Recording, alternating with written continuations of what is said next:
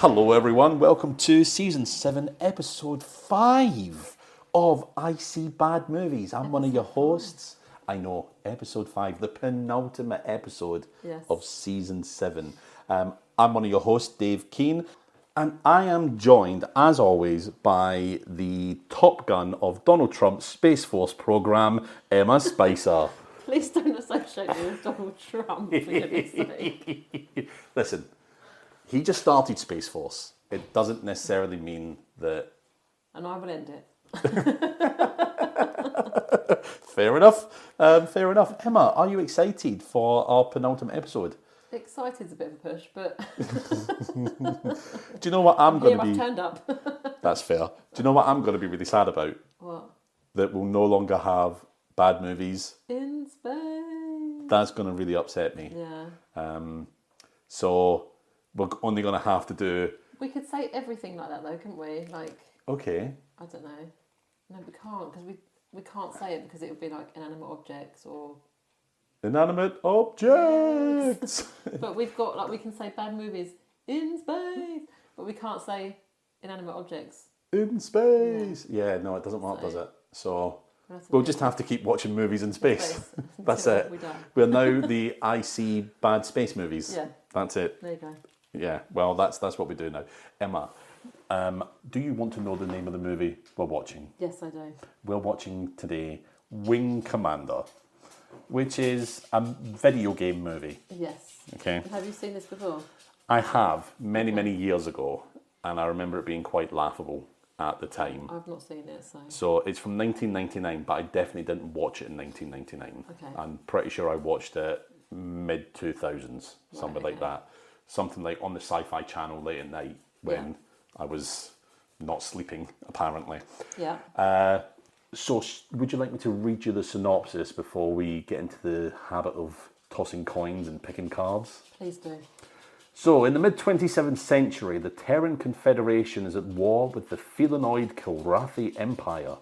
After destroying a Terran base, the Kilrathi have seized a Navcom unit with the hyperspace jump coordinates to Earth. With Terran reinforcements scheduled to arrive 2 hours after the Kilrathi hit Earth, it falls upon the starfighter carrier TCS Tiger Claw to keep the Kilrathi at bay. Or to keep the Kilrathi busy. I completely misread the end of that. Oh. I literally just made up words. You did. But it still worked. It still made sense. It still made sense, yeah. Unlike the intro that I deleted and started again with it. But of course, none of our beautiful listeners would have heard that. No. Does that synopsis make you feel excited for the film? No. I mean, I'll be honest with you now. It doesn't really make me anywhere near excited either, to be honest with you. And I've seen the film. Though, isn't it? Because some movies that you think, oh, we're going to hate this one, we actually quite enjoy, and then vice versa. So you never can tell by the synopsis, I don't think. It can be very difficult. I'm not going to lie. Even trailers sometimes are misleading. I commented on something. It was somebody talking about the movies like Rubber and all that sort of thing. Oh no, it was someone talking about Velocipaster online. Okay. And someone commented on it saying, oh, that's not a bad movie, this is a great movie. Films like Rubber and all that sort of thing. And I commented on it saying, oh yeah, I See Bad Movies podcast does a great episode on Rubber. Yeah. Plug. And some random person replied to it going, well, I don't see how they could be on a podcast called I See Bad Movies because they're actually good films. And I was like, do I reply to that? No, probably not. Well, I did. Oh, you did? I did. And I was like, if you read the synopsis of Rubber to a group of friends and said, there's this film, it does this is what it's about, do you think your friends would sit there and go, that sounds like an amazing piece of cinema? No. Or would they go, that's absolutely batshit stupid? Exactly. So you're quite right about the synopsis. I fully agree. I was thinking about Rubber earlier. I don't know why. I was thinking about because it's amazing. Killer Sofa for some reason. Oh, why wouldn't you think of Killer Sofa? I think I was just reminiscing and missing that season because it was such a good season. And I was thinking about Killer Sofa and how funny it was because it almost had a face and it, the way it looks out the window, they've given it a bit of a character. And then I was thinking about Rubber and I was thinking that tyre didn't even have a face, but somehow we knew what it was thinking. How did they do that? You knew when it was angry. You knew when it was... How? Yeah. I know. And if I said that to somebody, they'd be like, "What are you talking about?" But you need to watch it because. And when it had a drink from the puddle and stuff like that, it had no mouth, it had no face, but you knew that it was having a drink. I don't know how they did it. It was. It's really clever. It is absolutely one of my favouriteest things about it is the character they put into the tyre. Yeah. More character in that tyre than some of the actors we've seen. Could you compare the Robert the Tyre to the main cast of House Shark? Yeah. You know what I mean? Yeah. It's no comparison. None at all. Absolutely no comparison in the slightest. Robert wins hands down. Well, I don't know what to say there. What can you say there? Right, shall we pick our categories here? Yes. Oh, I don't know what I've done with these cards. They're all over the place. Oh, there we go. So I'm surprised these cards have lasted so long. I think there's some cards here that shouldn't be here. We took out casting, didn't we? Yes. That's right. So let me just check. They're all here. You're picking, aren't you?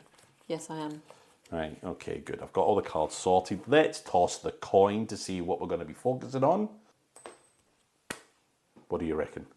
Good, again. Oh, it's bad. It's bad. Okay. It is bad. And you're choosing the cards, yes. aren't you? Right, let me get them fanned out.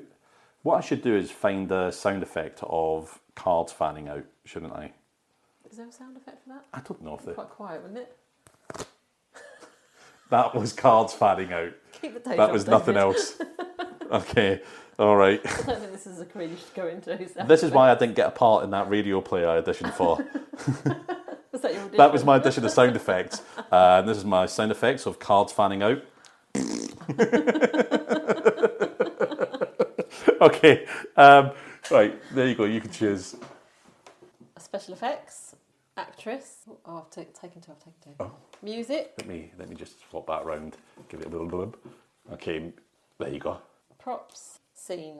Okay, so could you not just a bad selection. repeat those for us, please? So we've got special effects, actress, props, music and scene. Wonderful. All right, Emma, are you ready to go and watch Wing Commander? I'm ready. Let's do it.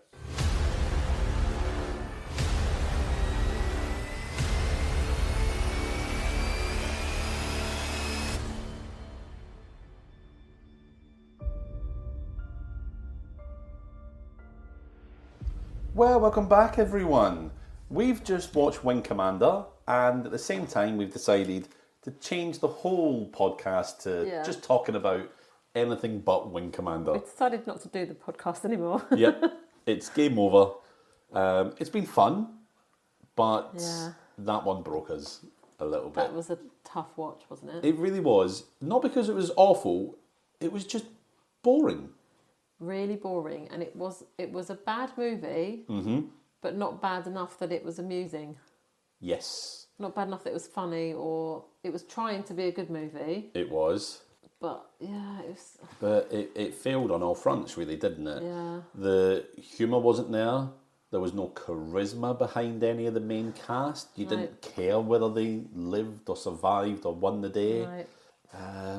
It was just a really boring 50s wartime based movie, but set in the future. It was that kind of The Longest Day, but with spaceships. Oh, it was the longest film. Yeah, it was. But it wasn't a good movie and it wasn't a bad movie. It was somewhere in a grey area in between. Yeah. And I'd rather something be dreadful than just meh. Yeah. Just completely mid. What? Mid.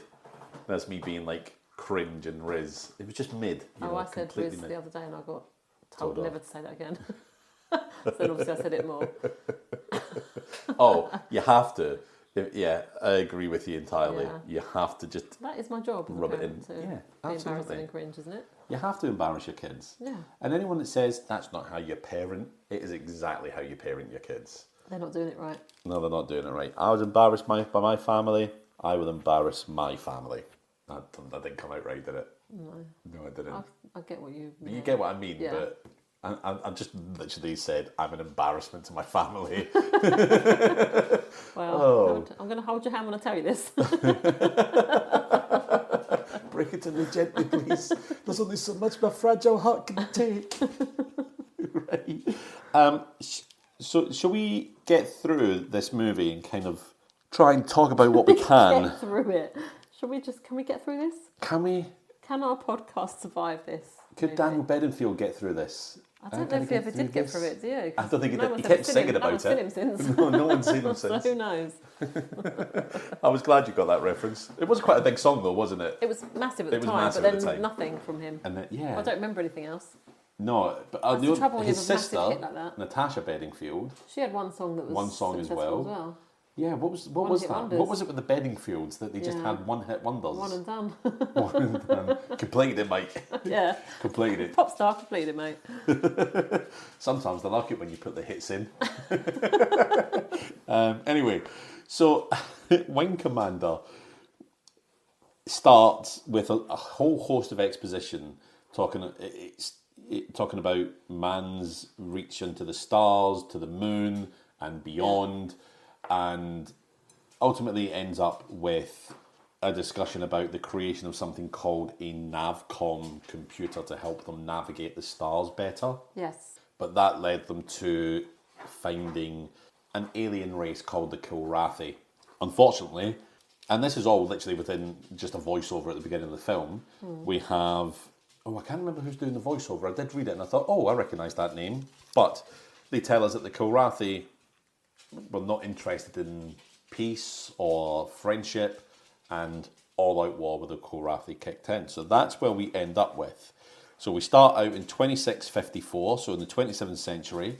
We've got a war between the Terran Confederation and the Kilrathi Empire. And they do describe the Kilrathi as cat-like. And They're not, though. they've got more cat-like features than cat women Of the moon. of the moon. I But don't know if they have. they're not... They look like otters to me. Yes, yeah, I know, you did say they look like otters. And to be honest, you can't not see it when you see Yeah. them. But yeah. They didn't look like cats at all. Why don't people know what cats are? It's like, There's a lot of them around. there's a lot of cats around. Most people, like, a lot of people have them as pets. No, do you know what it We was? should all know what cats are like. It was 1999. There weren't any cat videos on the internet. So all you had to go on was the cat you had in the house. And what if, accidentally, you brought home an otter instead of a cat? Yeah, because And you were deciding... it's easily done.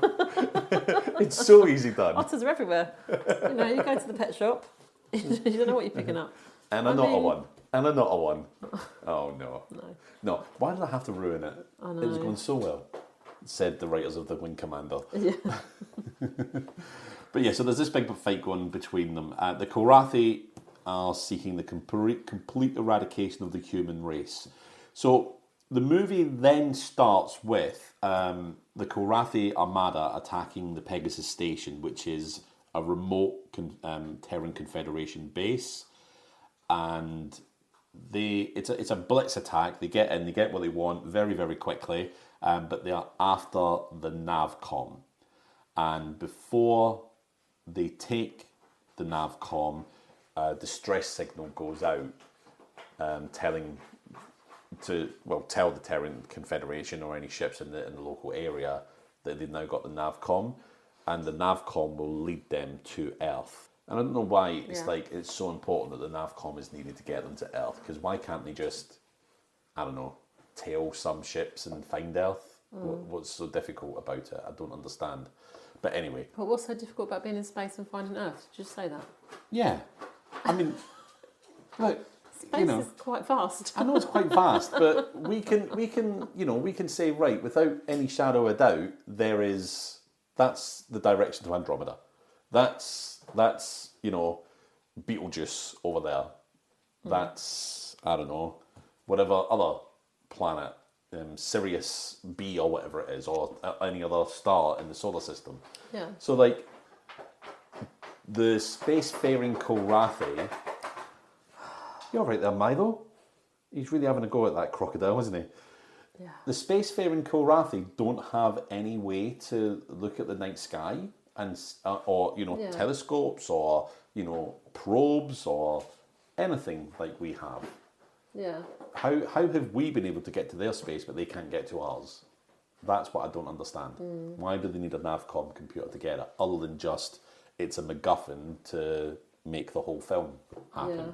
which is all it is, and you know, fair enough. So they capture the Navcom computer, which is going to give them the ability to actually locate Earth. So it's effectively just a sat nav, you know. It's Space sat nav. Yeah, space sat nav. In space. Oh, I'll never tire of it. Never. Admiral Jeffrey Tolwyn gets this distress signal and works out that by the time they get to Earth to defend from the Terran fleet getting to Earth, they're going to be 2 hours too late. And by that time, the Terrans would have decimated Earth and any of its defences. So they're kind of looking out for any ships in the area, and they find that there's a ship called the Tiger Claw still in the Vega system where the Kilrathi, or close to where the Kilrathi fleet is. Yeah. I'm boring you already with this, aren't I? The movie, I can't explain to listeners how bored I was. I know. We talked most of the way We through did it. talk most of the way through it. And I think that's always a sign of a terrible film. Terrible film.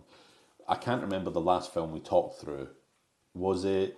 No, I can't remember. No, I know. Well, there was one not that long ago. Yeah, it was Atlas. We talked a lot through Atlas, but we still watched it because we were laughing a lot at J-Lo in the Atlas. But yeah, I can't remember which one. Maybe Captain America? Did we talk through that a lot? That was really boring. That was bad, but that was a while ago now. Yeah. That's like 2 years ago. Because we release episodes so slowly. Look, we're very busy, all right? Busy people. We're really busy. I'm so sorry. Although when I win the lottery, we'll release an episode a day. We don't need to if you win it. Well, I still will, but you won't need to if you win the lottery. You'll be off on your yacht. What I'll do is I'll I'll release 20 episodes a day, all right? And then we can start getting like 1,000 downloads a week that way, quite easily. And then we'll start getting advertising, and that's how we'll make our millions when I become a millionaire and then can afford to do that. Wait, that's how we make our millions when you've become a millionaire? Yeah. Yeah. Look, Not the greatest plan. It's not the greatest plan, but it's the only plan I've got. Okay, at this point in time, and then what we'll do is we'll be able to afford better mics. Yeah. Amazing. I mean, we'll have a studio, surely, if you're a millionaire, won't we? I don't know. A studio in your mansion, won't we? Yeah, maybe. Yeah. We'll have its own an Icy Bad Movies building. It will be named after both of us. With the logo on the the front. Emma and David Icy Bad Movies Institute for Ants. It's going to be at least 3 times this size. See, we're already talking about anything else on the Wing Other Commander. movies. We're not even through like the first 10 minutes of the film. I know, because it's so boring. So boring. I think this episode should just be, don't waste your time, never ever watch it. 0 out of 5, end of.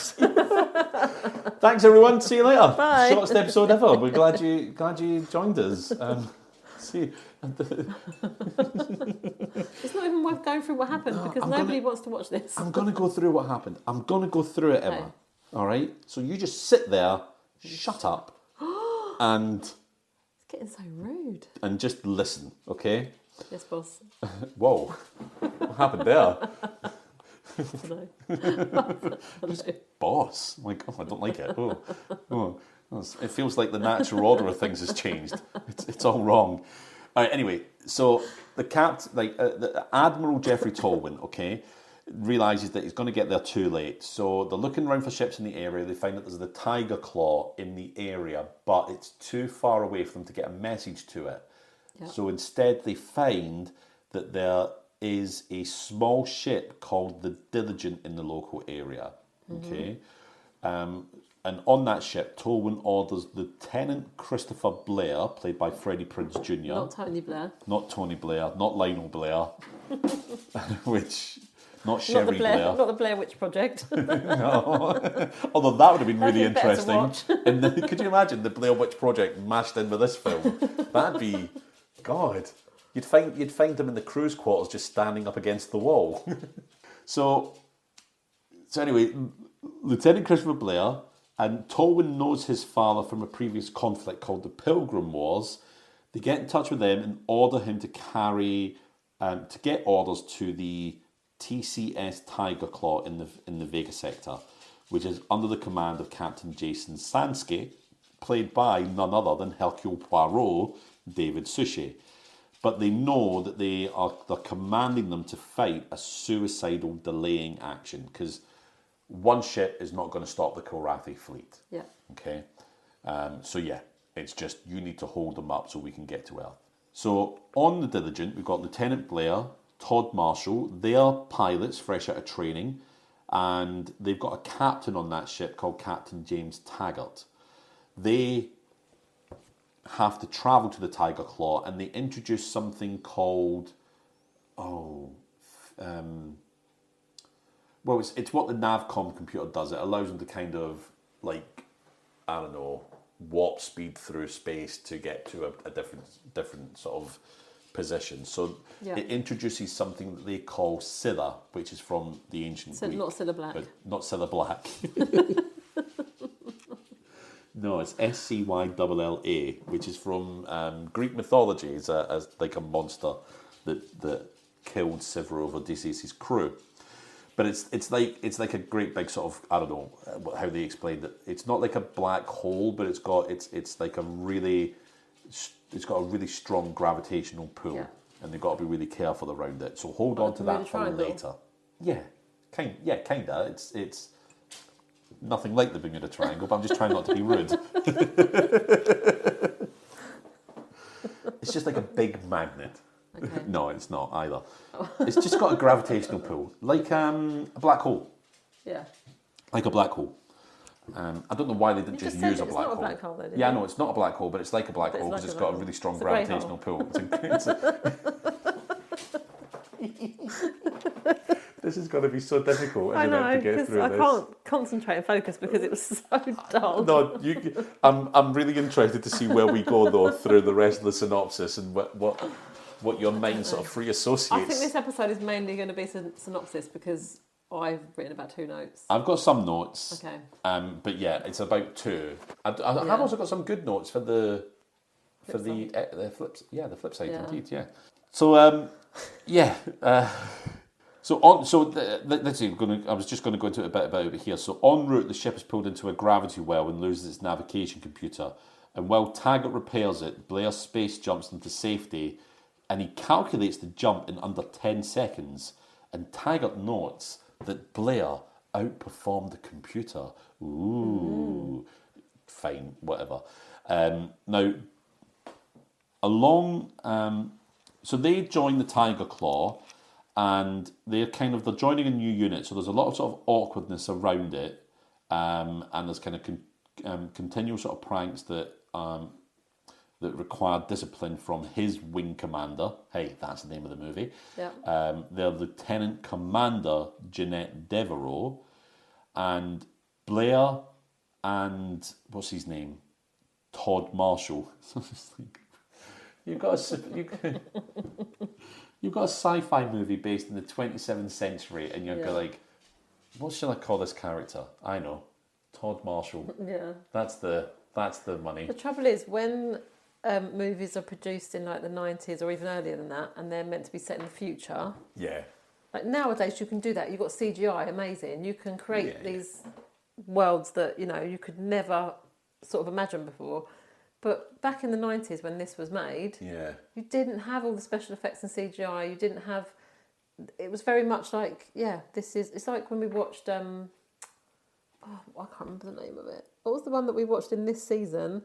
Mm-hmm. Where they had the leotards on in the spaceship. What's that? Space Mutiny. Space Mutiny. Yes. Like the costume design, you'd think they would do something completely different to how people dress now. But that was like made in the 80s, was it? And they all had leotards on. It's like, come on. Yeah. Like, you're giving away. But with a little bit of imagination, and don't get me wrong, I'm pretty sure these are character things coming from the game Wing Commander. Yeah. So I imagine they are limited by the characters from that. But with a little bit of imagination, you've got Star Wars, and you've got people like, I know admittedly Luke Skywalker, Princess Leia, Jabba the Hutt, Han Solo, Darth Vader. Yeah. There's a little bit of imagination. They're not called John Smith, are they? Yeah, they're not called John Smith. Yeah.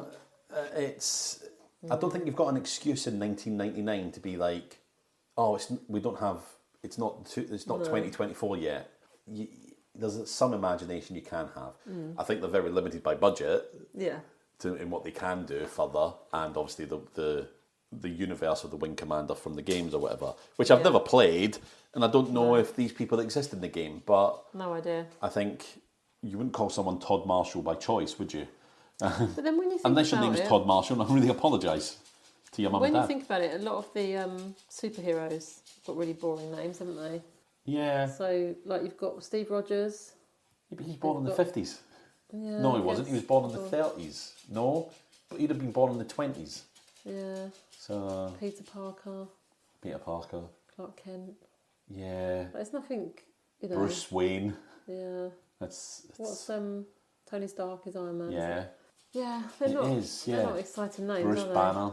Yeah. They're not interesting names, are they? No. I'm trying to think. Who's the most interesting named superhero or supervillain? Probably Victor Von Doom. I mean, it's like but it's so on the nose, isn't it? Oh. What do you do, Victor? Yeah. Well. Meet him at a party. Victor Von Doom. What do you do? Well, I'm a. Is that metal, stuck to you, or can you take it off? Well, yeah, it does kind of jump out at you, doesn't it? So we've got anyway. Back to Wing Commander. Please focus. Focus.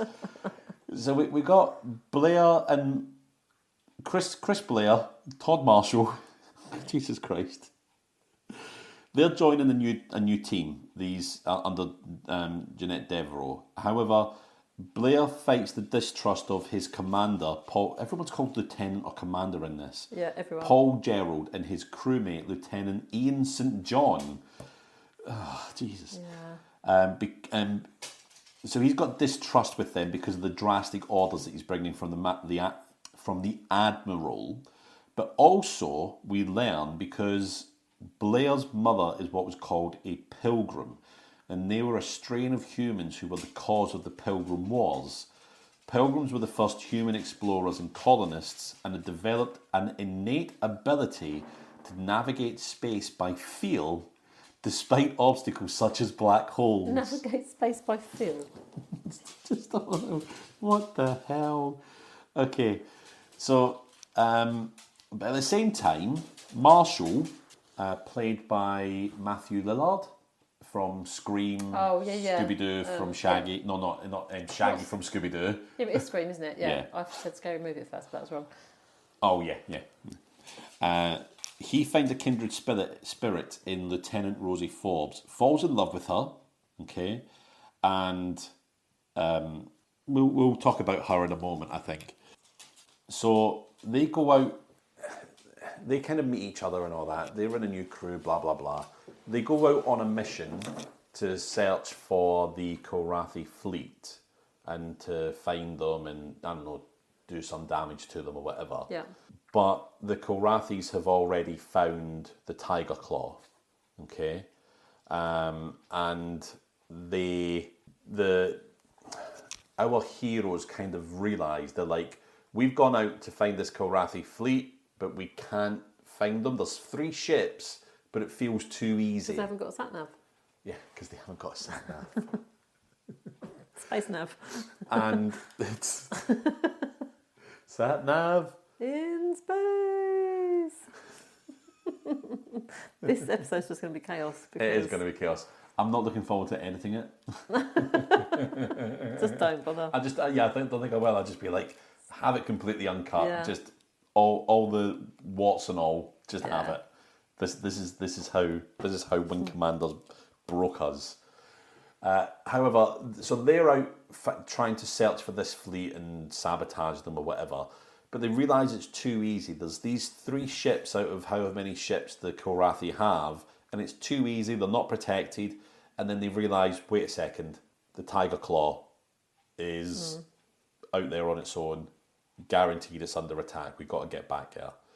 And sure enough, we come back to the Tiger Claw. It's under attack. And one thing I did like about this film is that the space battles are very much like naval battles. So you've got torpedoes and you've got hard to starboard and all that kind of thing, which I thought was quite interesting. But the Tiger Claw is taking a beating because it's on its own. It doesn't have many fighters. It's got a reserve crew of fighters, blah, blah, blah. And so they're having a tough time. They do take out a couple of the ships, but they are struggling. When our heroes return and shoot up a few things, destroy a couple of the ships, etc., a few more, and the Kilrathi retreat. Now, when the Kilrathi are retreating, Marshall and Rosie decide that they're going to have a little bit of fun and take out a few more Kilrathi ships, etc. But one of them hits Rosie's ship in like a head-on collision, and her ship is damaged, and she's trying to eject into space. Yes. Okay. Because that sounds like a good plan. It's an excellent plan, considering she doesn't have any. She doesn't have a spacesuit. She doesn't have a spacesuit. She doesn't have like a it's helmet or death, anything. isn't she? It would be. Yeah. Unless, I'm guessing, like whatever sort of bit that she's in like the cockpit, that ejects out, and she's just in the cockpit. But then she's still just floating around. Yeah. In space with no kind of power to the, like she's not got an engine or anything. Exactly. And what are they going to do? Oh, don't worry, we'll just, lasso you and pull you in. And yeah. But that doesn't matter because she can't get out. Are you saying this is far-fetched? It's a little far-fetched. I mean, I know it's the 27th century, so there is some suspension of disbelief we have to have.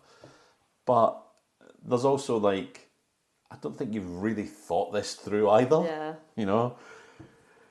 So Rosie can't eject. And Rosie and Marshall, he kind of guides her back to the Tiger Claw.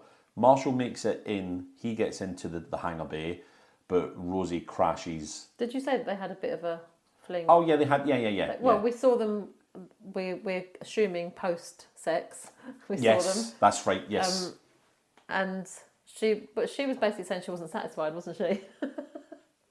He was done. He was like he was exhausted. Done. Yeah. And she was like, well, I wasn't very satisfied. But then they made it out like as if he was in love with her when she died. It's like, well, no, you just had shit sex. And literally, they'd known each other for a couple of hours, maximum. Yeah. Maximum a couple of hours. How have they even had time to get into bed? Yeah. It just doesn't, none of it makes any sense. And it was, it also, what did I say to you? As soon as we saw them in bed together, I was like, well, she's going to die. Yeah. As soon as. Yeah. She so did obvious. The major issue of any kind of movie, as a woman, having sex with one of the main actors. Yeah. That's it. You're going to die. You are toast. And sure enough, her ship crashes, but she crashes outside of the hangar bay. Yeah. And Marshall tries to get to her. They stop him because he's like, if you pass that barrier, you're in open space, you're dead. Yeah. And they've got no way of getting the ship into the hangar. So this is what they do, right? And I don't know if you noticed like the stupidity of this. Yeah. They get a bulldozer kind of thing, goes out of the hangar, onto the runway of the ship, and just pushes her off the runway out into space. Yeah. Why didn't they just drive onto the other side of her and push her along the runway into the hangar? Because where's the fun in that? I was watching, I was thinking, someone really didn't like it. What the hell is happening? Yeah. It doesn't make any sense. Maybe someone else has slept with her before and they were jealous and they were like, die bitch. Yeah, that bulldozer driver's like, Rosie, I hate you. You sleep with everyone. You ruined my life. You slag. Oh dear. So yeah, but this and this again is another thing I take a lot of issue with. This is the killing off of a female character to give a male character some agency to change his behaviour. Yeah.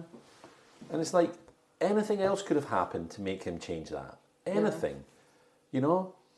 A well-written script could have done that. I hate, the term is fridging. Okay, oh, it is, yeah, because it came from an old comic book. I can't remember exactly the comic book. I want to say Daredevil, but it might not be. But their partner, they found their partner dead in the fridge, and that was a catalyst for that character to go on and do something. Yeah. And it's so common where the love interest is killed, especially the female love interest, they are fridged. And that's where the term comes from. Yeah. But yeah, so they fridge Rosie. Yeah. And that is what makes Todd Marshall be less of a joker and a prankster.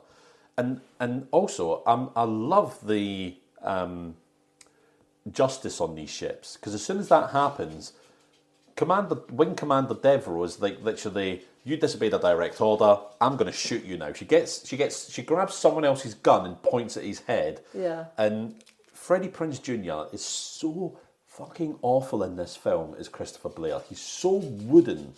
Yeah. Horrible, terrible actor. Is he good in anything else? I don't remember what I've seen him in. He was Fred in Scooby-Doo. I haven't watched Scooby-Doo. And the thing is, he's done a lot of voice acting. Oh, okay. And he's a much better voice actor than actor. Yeah. I guess that's but he's a easier pretty, though, isn't it? he was a pretty young man back in the day. Yeah. So that made up for his terrible woodenness. So he's like, don't you do this. Don't do this. But Marshall's like, it's okay. I deserve this. And Wing Commander Devereaux's like, actually, yeah, no, I'm not going to shoot you. Oh, make up your mind. Just get rid of him, please. And that's, that was like a crescendo of nothingness. It was like, well, one of yous are dead. We saw it coming a mile away. Yeah. And it's done nothing towards the plot of the film. Was there a plot? Very light one. Yeah, yeah. So Marshall's confidence is now completely shaken, etc.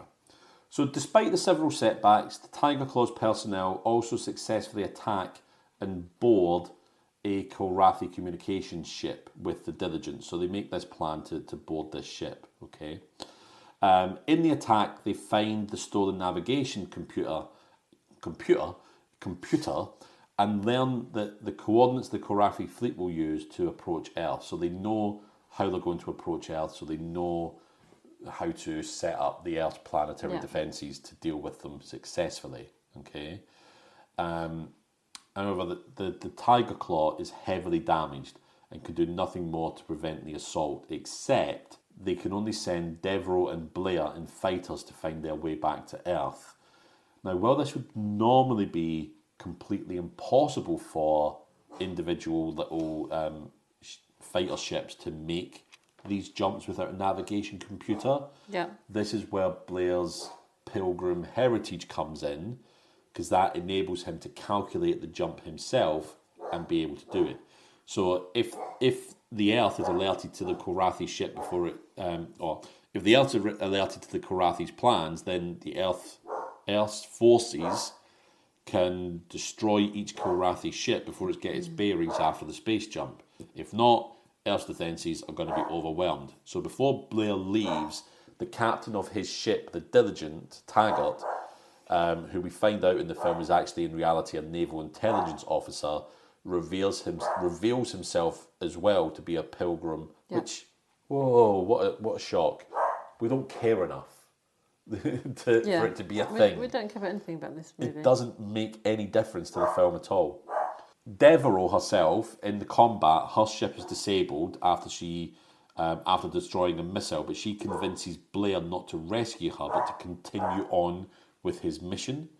And Blair uses his pilgrim sense to jump to the vicinity of Earth, and just as his fighter begins to run out of fuel, he transmits the information Earth needs to defeat the Kilrathi assault.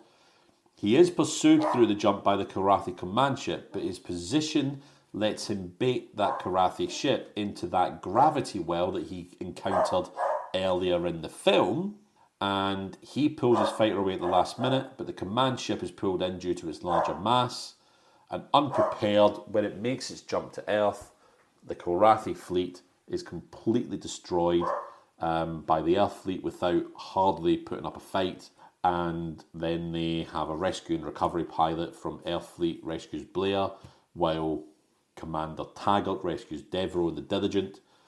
Blair and Devereaux are reunited on the Tiger Claw, and they share a wee kiss. And then Devereaux gets taken for medical attention. I'd probably have said, hey, actually, I'm into this, but we don't have time. go and get a medic. Yeah. You know, and that's the end of the film. Yeah. And I gave up. There's a whole lot we missed out. Yeah. A whole lot, but that's ultimately what happens. There's a scene where the tiger claw, after it's damaged in the firefight and the one where Rosie dies, they hide in is it a massive sort of meteor or something? And they hide in like a crater on this. And there's I won't talk about this now in detail, but there's a kind of a really sort of semi-tense scene where it's like the Kilrathi ship is hunting them like a ship at sea, like a submarine sort of hunt, you know, which was an interesting scene until you go, wait a second. They turn off all systems. They keep everything quiet like you would do in a submarine. Yeah. You know, because sonar's going to be listening out for noise or whatever, or radar, whatever's going to be listening out for noise. The only trouble is, Emma, sound doesn't travel in space like it does underwater. So they could have been whooping and hollering in that ship. Yeah. The Kilrathi would never have heard them. So it was a nice callback to scenes like that. Yeah.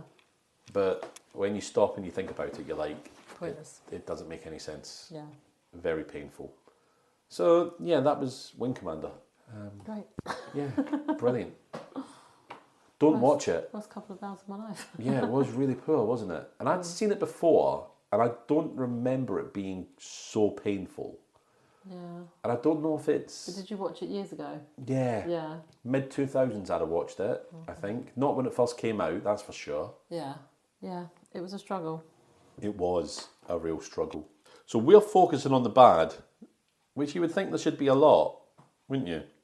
Yeah, but it is one of those movies that's... We like movies that are so bad they're good, and this wasn't one of them, was it? It really wasn't. I was hoping for something a bit kitsch where you could be like, oh, yeah, there was no laughs throughout, and normally in a bad movie we get good few laughs, and it's not even the intentional comedy. It's, you know, it might be a prop or a costume or something that they say, and this just had no funny lines, no funny... Yeah, anything, nothing that made you go, what did they just say? Yeah.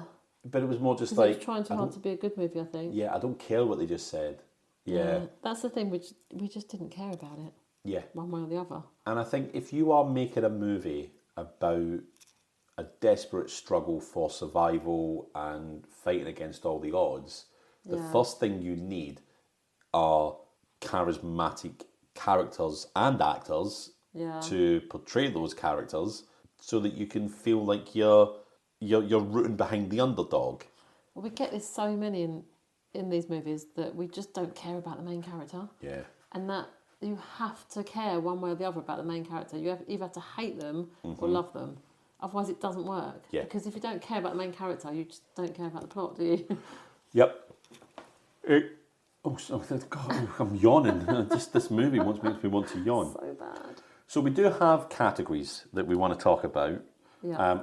I don't have any wild cards either for this. Nothing. Really struggled through this one. So we've got props, music, scene, special effects, and actress. Okay.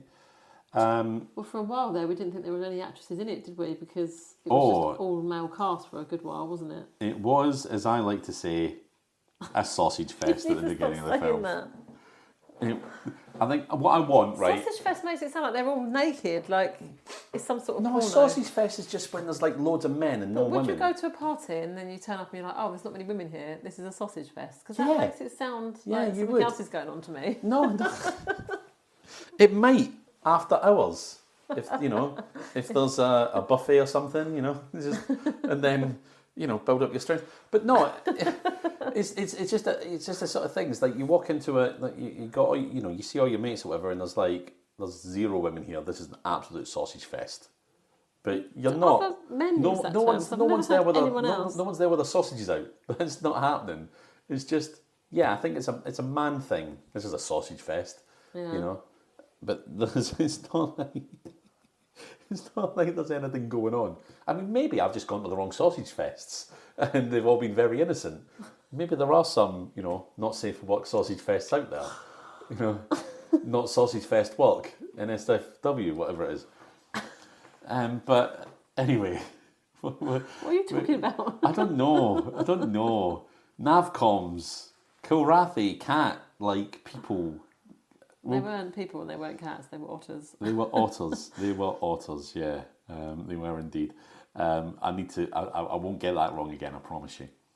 What do you want to start with? Did I go through them? Yeah, I did. Props, music, scene, special effects, and actress. Music as well. Props. What was it? Props, music, Props, scene, music, actress, special effects, and special actress. effects. Yeah, that's 5, isn't it? So, what do you want to start with, Emma? Well, I've only got special effects and props. Oh, have you? Okay. So one of those two, please. Well, what we'll do is music. Yep. Discount that Yeah. because there wasn't any bad music. No. It was just there was just incidental music. Yeah. It was. Nothing that stood out. I was kind of hoping, you get a dogfight going on and someone puts a tape on or whatever, and you get, some, like, I don't know if you've seen any of the recent Star Trek movies with Chris Pine and Carl Urban. No. So, in the last one, they're having like this dogfight with all these alien spaceships, and they put some music on. Like someone literally flying one of these ships puts on some music, and it's Beastie Boys Sabotage, Oh, okay. right? And someone in the movie goes, "Oh, that's a classic song, isn't it? Like it's several hundred years old." Yeah. Like, why would someone in this day and age, however many years in the future Star Trek is based, Yeah. why would someone be playing a Beastie Boys song? It doesn't make it sense. wouldn't. So I was hoping there'd be something weird like that. Someone cranks out a modern day song, because it felt like one of those films where you had Freddie Prinze Jr., you had Matthew Lillard. They are a kind of a known faces at the time.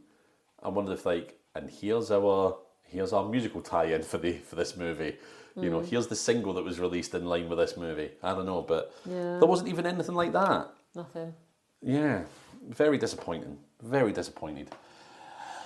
So, you also said you didn't have anything for actress. Nope. I do. Although the main actress in it, she was annoying, wasn't she? Yeah, she was. She was trying to be sexy, I think. That wasn't coming across. She was trying to be all like... It's just so cliched when you've just got the female lead who comes in and she's just so full of herself, really. It's quite full of herself, and she's meant to be the sexy kind of love interest for the main character, but it just didn't work with her. She was just irritating. Yeah, it was a very strange scene to introduce her. Yeah. As, bearing in mind, she is the top sort of brass of the fighter pilots. Yeah. And she comes in, there's a new guy, and she's instantly flirting with him, but not flirting with him.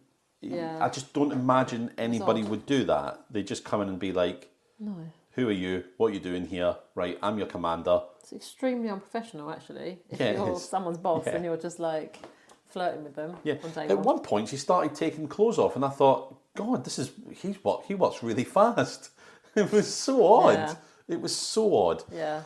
And then, complete shift, becomes a complete hard ass, and is extremely authoritative, which Yeah. it was. Yeah, It's yin and yang. yeah, it was.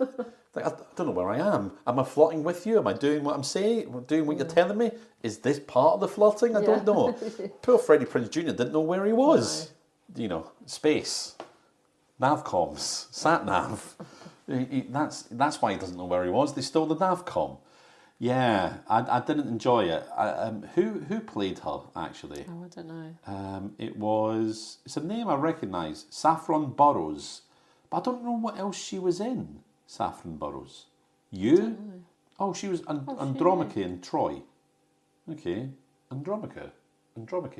Anyway, sorry. Yeah, I don't think I recognise the name, but I don't really know her from anything else specifically. Anyway, No. oh, she's in. No, well, Saffron Burrows, the name I recognise, but maybe I recognise it because I watched this film a long time ago and didn't enjoy it, and I thought I'm never watching a film with her in it again. Quite possibly. Little did you know that you would. Little did I know. I regret it. that a series of events was set in motion that would ultimately lead to starting a podcast with my pal Emma and end up watching Saffron Burrows in Wing Commander once again. You just can't write this stuff, can you? You just can't. You just can't. It's like fate, providence, serendipity, who knows? Right. What about props? Props. I just thought the inside of the spaceship. Oh, the whole inside the whole spaceship. thing. Okay. Because it's that thing I was talking about earlier where it's set in the 90s and you've got 90s style computers and they haven't tried to think into the future and think, what could it... the only thing they did have, which I'll give it, was the holographic computer. That's the one good thing I've got. Oh, sorry. No, it's okay. No, it's fine. It's I won't fine. talk much about it then. But yeah. I'll... So the inside of the spaceship was all just really basic. Mm-hmm. And yeah, it looked like a 90s, well, how you'd imagine it's been in the 90s, with the computers we had at school where they're really big, thick, they're a little tiny screen, but it's a really thick computer and the graphics are shit.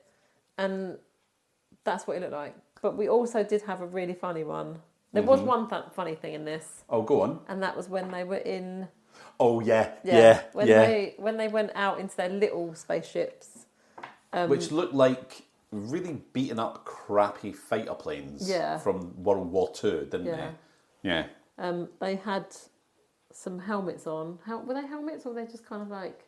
Yeah, they were. They were helmets, weren't they? And they had like a mouthpiece and then another little piece. It kind of clicked together, but they had it loose. Yes. And what's her name, the one that died? Rosie was talking at one point and she just... So it's like a big mouthpiece that fits over the mouth, but it clips onto another piece, and they hadn't. I don't know why, but they hadn't clipped it on, had they? And what annoyed me about the film as well is the amount of times they clipped this on, did a bit of dog fighting, and then instantly unclipped it. It's like, what's the point in it then? Just keep it clipped on. Leave it on. So the bit that it clips onto, though, just was wobbling about all over the place, wasn't it?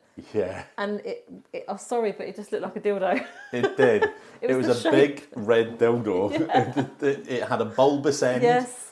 It was just flapping about her face. Long, just smacking away. We were like, that just looks like a dildo. That was the only bit of light relief we got with this movie. And her. Was that. No wonder she's not satisfied. Well, it's in the wrong place, love. Wrong end. That's not how you do it. It's not how you use one of those. It's not. No. Oh my God. But then, you spend so long in space. You forget. You forget things, don't you? I've got that down to mouthpiece on the fighter pilot's headset. A little wobbly and phallic, I put. A little wobbly and phallic. I think it was you that actually used the word dildo. Yeah, I did. Wasn't it? I did, yeah. I'm sorry. It's okay. I brought... We're both adults. Yeah, we're both adults, but I do feel like I brought the tone down. I brought the tone down a little bit, didn't I? Do you know what? I do have a bad prop as well. Yeah. Very early in the film, they're on the spaceship Diligent, okay? Yeah. And someone puts down a ceramic cup of coffee. Yes. Just a normal, white, bog standard coffee cup. And I thought to myself, it's the 27th century. We're still drinking coffee, fine, but give us something that's not just taken out of the canteen. Yeah. Am I being too picky there? And it's just like, the cups are cups. I mean, cups do the job, don't they? Do the job. Do they need to evolve in any way? Do they need to change? Yeah. I doubt they will change much. I mean, yeah, if something doesn't, if it's not, what's that saying? If it ain't broke, don't fix it. Yeah. So I can't imagine that cups will look massively different in a few centuries' time. Fair. But I wasn't expecting it. Yeah. I really wasn't expecting Well, you got the 90s computer systems. So. Cup of coffee, boom, there you go. Yeah. And that was it. That's my worst prop out of the whole film, because it was just like, 650 years of development and... Also, do they have, on a spaceship like that, would they have stuff like that? They just have I don't think you'd have a ceramic cup on a spaceship. No. You'd have something, if you get flipped around or get into a dogfight or whatever, you've got to make evasive manoeuvres. I know there's no upside down in space or anything, but you've got gravity on your ship, whatever creates the gravity. If you turn upside down, That coffee cup's going everywhere. I mean, in Women of the Moon, they had desks and filing cabinets and that would be all over the place if I was designing my own ship, yeah, anything like that, okay, metal base, and there would be a lid on it. Yeah, it'd be like a non-spill lid. Yeah, what are they called? Sippy cup. Like thermos style cups you get. What are they called? Thermos. Are they just called a thermos cup? Yeah, I think so. Commuter cup. They're like commuter cups, aren't they? Yeah. It would be something like that more, wouldn't it? Yeah, and they'd have a metal base, close the lid, and whatever you put them on, there would be a designated place to put it, and it would be like magnetic, so it wouldn't go flying around. Because what would be the worst thing, Imagine right? if that's all hitting you in the face. Yeah, like slapping you around the face, like dildo, coffee mug. I was going to say dildo helmet, then, but that makes it even worse, doesn't it? I think the Kilrathi are the last of your problems there, aren't they? Yeah. It's like, what happened to why are we going off course? Oh, the pilot got knocked out by the coffee cup. Maybe that's what actually killed her. It was the dildo slapping her around the face and not the not anything else. That's why she crashed. Yeah, she couldn't see. There's a dildo in her eye. It's like I've been so dissatisfied with this fella. No, not going there. So yeah, that prop made me think, oh, for God's sake, really? Yeah. That does bring us down to special effects and scene now, Emma. What are you thinking? I haven't got a bad scene, have you? I do. Okay, do your bad scene. Well, it's not an individual scene. Okay. But it is pretty much any scene where Freddie Prinze Jr. has to do any type of acting beyond just like yes sir or something like that. Yeah, okay. Fair. Anytime he has to emote, anytime he has to show any range of emotions, it's like staring at a wooden plank. Yeah. Just trying to talk. He makes everything he does feel like there's no life in it. Yeah. Matthew Lillard, I think, is a good actor. I think he does exactly what he does and he's good at it. When he's got the gun to his head and Devereaux's holding that gun to his head, he's acting away, right? Yeah. You can see that he is so upset about Rosie and he's thinking, I actually deserve to be killed. I did the wrong thing. I deserve this, blah, blah, blah. And there's emotion going on. He's not talking it, he's not saying it, you can see it. But then you've got Freddie Prinze Jr. in the background, and I said this earlier, it's like, don't you do it, Devereaux, don't do it. And even that, badly, is still better than the way Freddie Prinze Jr. was doing it. Yeah. It's really awful. And, I don't want to knock him, because he has done a lot of voice acting in the past, things that I have really enjoyed and really liked him doing. And he's great with it. I think maybe he's just gotten better with age. But before that, it really, really sucks. I was playing a game recently called Dragon Age Inquisition, right? And I didn't even know this until I was looking up the details of it, but he plays like one of the characters in it. And he's great. The character's brilliant. Absolutely fantastic. Really great lines, really well acted. Actor as long as you can't see his face. As long as you can't see his face and you can detach. And I don't know if that helps him, not having to be visible. I don't know, maybe, but yeah, it was just disappointing. It was just disappointing. But then, I don't know how old he is. How old is he? He was born in 1976. He was 23 years old when he made that film. Yeah. You've not got a massive amount of movie experience. Yeah. But then I think some people have got that talent or they haven't with acting, haven't they? Yeah, that's true. Yeah. You've got raw talent. With most things that people are good at, there's a raw talent there before you've honed it, isn't there? And that, you can look at some actors' movies, even their first ones, and think, oh, actually, they were really great back then. Mm-hmm. They've just got better because they've, honed their skill. But some people just are never going to be great actors, are they? Very true. I mean, his first sort of credit is as a tough guy in a TV series of Family Matters in 1995, and then a few other sort of little things etc. But the first biggest thing he did, I think, by the looks of it, is I Know What You Did Last Summer. Oh yeah, that's what I've seen him in. In when was that? 1997. That I think that was his big sort of release. Oh, and then it was I Still Know What You Did Last Summer, and then Wing Commander.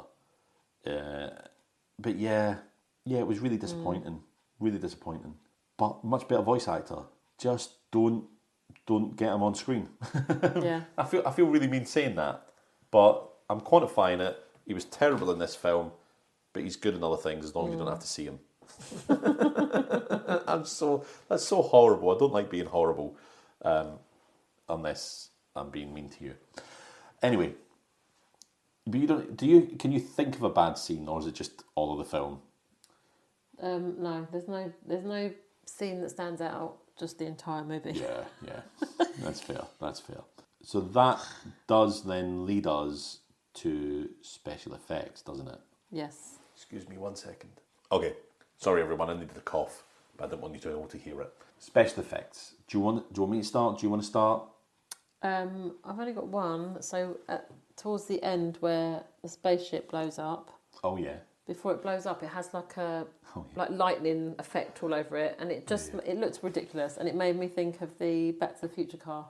Oh yeah. When they have to hit the lightning, don't they? And it goes all over the car, and that was that 80s Back to the Future? 85. Yeah. I think 84, 85. And it just obviously special effects back then looked shit. I mean, as kids we loved it before it was great, but that's all we knew, wasn't it? Yeah. But that's what it made me think of, and it just looked terrible.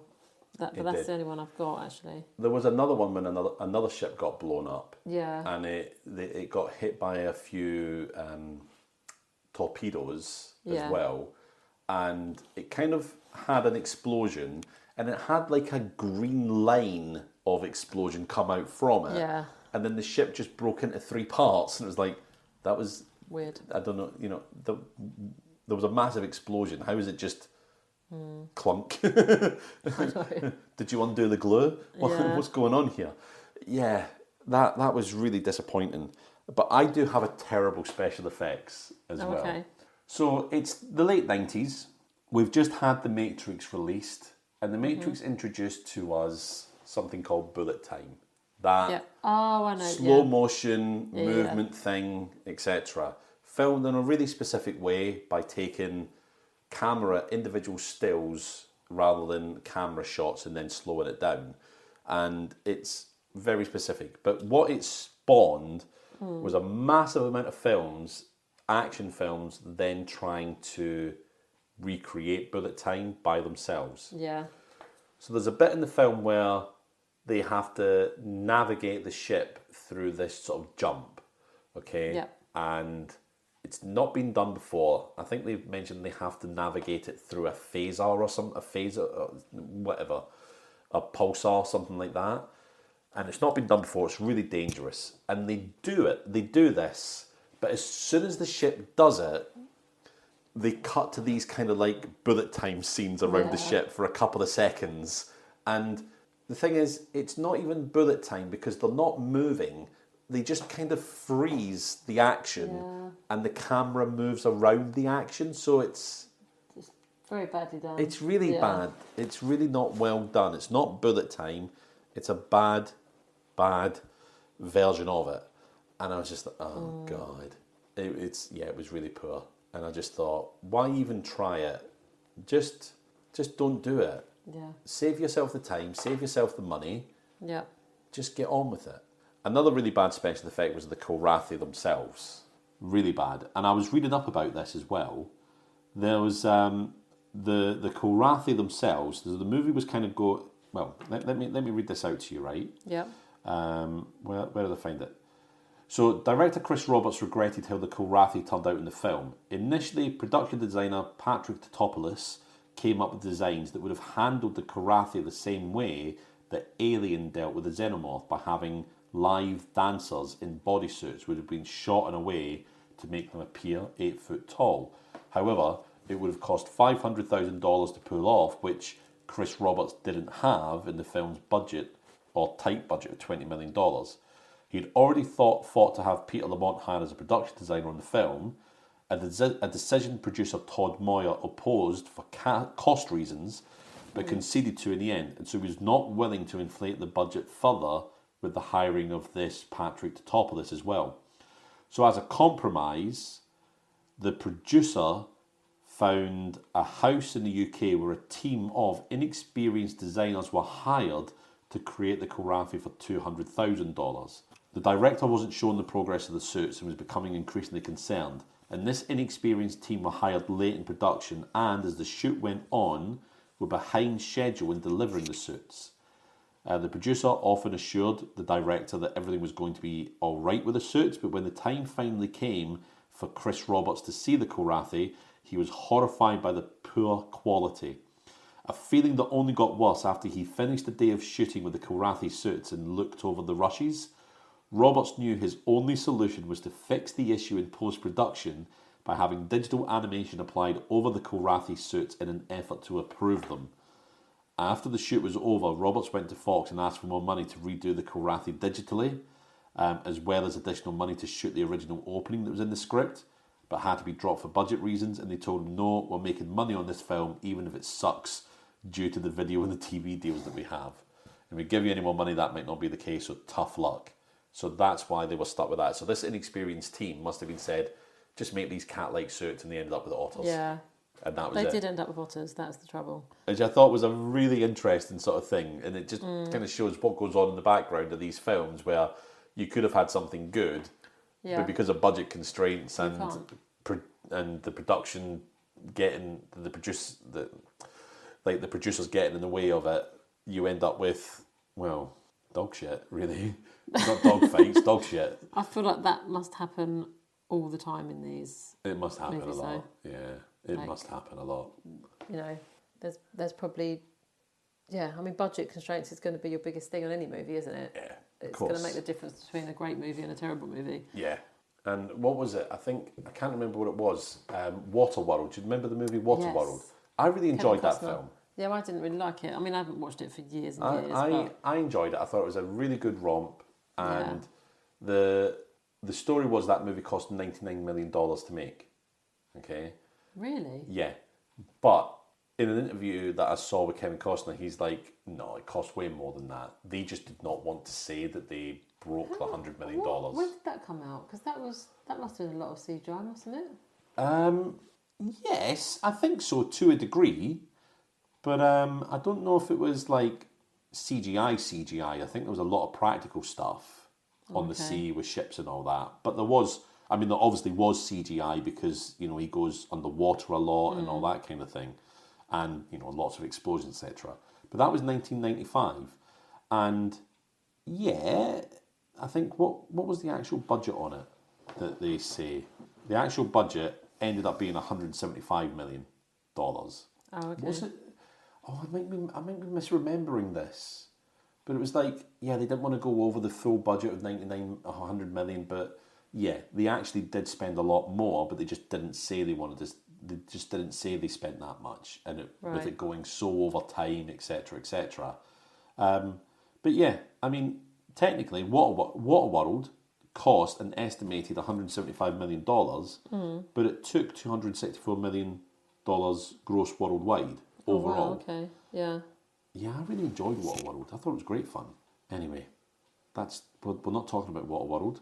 We're talking about Wing Commander. So yes. Should we score this film? Yeah, I think we should. I think it's time. Yeah, okay. I think I know what you're going to give it. What do you think I'm going to give it? I think you're going to give it 0 out of 5. Yeah. I'm not even going to give it half a point for the dildo. I'm giving it 0 because I was so bored. Yeah. There was no... For fuck's sake. Oh my God.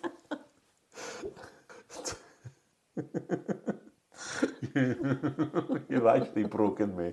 Oh my God. Yes, finally. Oh. Okay. Yep, go on. Sorry to interrupt you. That was it. 0 That out was of it, 5. just 0. What are you scoring it? I've got a feeling you're going to give it a point for the dildo. Well, the thing is, I did give Leprechaun 4 some points because of the boobs. Yeah, that's boobs. But that's boobs. Men aren't interested in dildos. I'm not interested in a dildo. No, I'm not. No, despite my recent prostate exam, I've got no interest in dildos. I knew you enjoyed that. Listen, I only want my Romanian doctor to put his finger in my bumhole. Oh, God. Anyway, right. I don't know. I'm really torn with this one. I was tempted to give it negative stars. Yeah. But then I thought to myself, it's not as... I don't know if it deserves negative stars. But I don't think it deserves any stars either. I can't give it a point for the dildo, as you so eloquently put it. But I can't find myself giving it points for anything, you know. Yeah. It's just a poor film. Even though it's like a cast 100... No, you know what? I will give it a point. I'm going to give it a point, I think, for... And I know this goes against what you had in your bad. I'm going to give it a point for the ships and the interior of the ships. Because... Yeah, because... And I'm going to go into this in more detail on the flip side, because I've got a good thing about this, right? And it's kind of a wild card anyway. But if I was designing a spaceship, a military-based spaceship, I like the idea that it was very similar to like a submarine, and internally it was kind of like a submarine / aircraft carrier as well. So I liked it for that. Yeah. And I think I'm going to give it a point for some of the design. Okay. But that's pretty much it. Maybe half a point. I think I'm going to give it half a point because it still wasn't fantastic. Yeah. But there was some thought there. And I think maybe more of this came from maybe the video game. Again, I could be completely wrong. I've never played it. I've not watched anything about the video game. But I think I'm going to go with half a point. Okay. And leave it at that. Yeah. This is an episode where I'm glad it's over. No, like the movie's over, you know what I mean? Oh, I was very glad when the movie was over last night. It was very difficult, very difficult watch. Yeah. And not a memorable film in the slightest. Not in the slightest. No, I don't recommend anyone to watch it. I'm hoping to blank it from mine. Yeah, don't watch it, it's dog shit. Don't worry about it. We're not even saying, on this one, we're not even saying, oh, just look up on YouTube this little clip. We're not even saying that. Yeah, that's right. All right, maybe possibly the dildo slap. Yeah, maybe, yeah. Look up the dog fights in the film and you will see exactly what we're talking about. Yeah. But other than that... Yeah, other than that... Don't waste your time, honestly. No, honestly, don't. You're quite right. Don't waste your time. However, what you can waste your time doing is joining us over on... The flip side. Where we are going to go now, record that and talk about all the good bits. What would you say all? The one good bit. The one good bit. No, I've got a couple of the good bits written down. Okay. I do have a couple of the good bits. Not a lot. You'll like it. Not a lot. Don't do that. Oh, Paul Daniels impersonation. My God. Yeah, no. God, that's really scraping the bottom of the barrel, isn't it? Yeah. Yeah, so we're going to go talk about... The good stuff. The good stuff. Jesus Christ, we have to talk about the good stuff in this film. And it's just luck. Yeah, well, if anything, I think it'll just be a lot of talk about dildos. So if you're interested in that, by any chance or any means... I think we just lost half our audience. Yeah, I think we have. Yeah. Bye, everyone. No, so if you're interested in that, come and find us over on www.patreon.com/ICBadMovies. And for the low price of $3 a month, you get access to our back catalogue of The Flip Side. Of which there's quite a lot on there now. Yeah, well, there's going to be 40 episodes of it when The Flip Side is released for this one. There's going to be 40 episodes of that. We've also on there, you'll get access to the main episodes a day early via the Patreon as well. You also have some of the bad movies for kids that we have as well. We've even got our special Christmas episode that we released, if you remember that. Oh, yes. And, we also have meetings on The Flip Side a lot, don't we? About what we're going to do next. We also did a special for J-Lo, didn't we? We did a J-Lo special, yes, we did, that's right. But I think we released that generally. Oh, that wasn't just on the Patreon, yeah. Oh, okay. Yeah. Sorry. No, that's okay. I mean, just... How much do you pay attention to this podcast? What podcast? I'm here, aren't I, David? All right, fine. Well, do you think I'm just, like, not pressing record on anything. I'll just open up a laptop in front of you and go, let's chat about this film. Right, anyway, before we devolve into silliness, yes, it's time to say goodbye. It's goodbye from me. It's goodbye from me. Bye.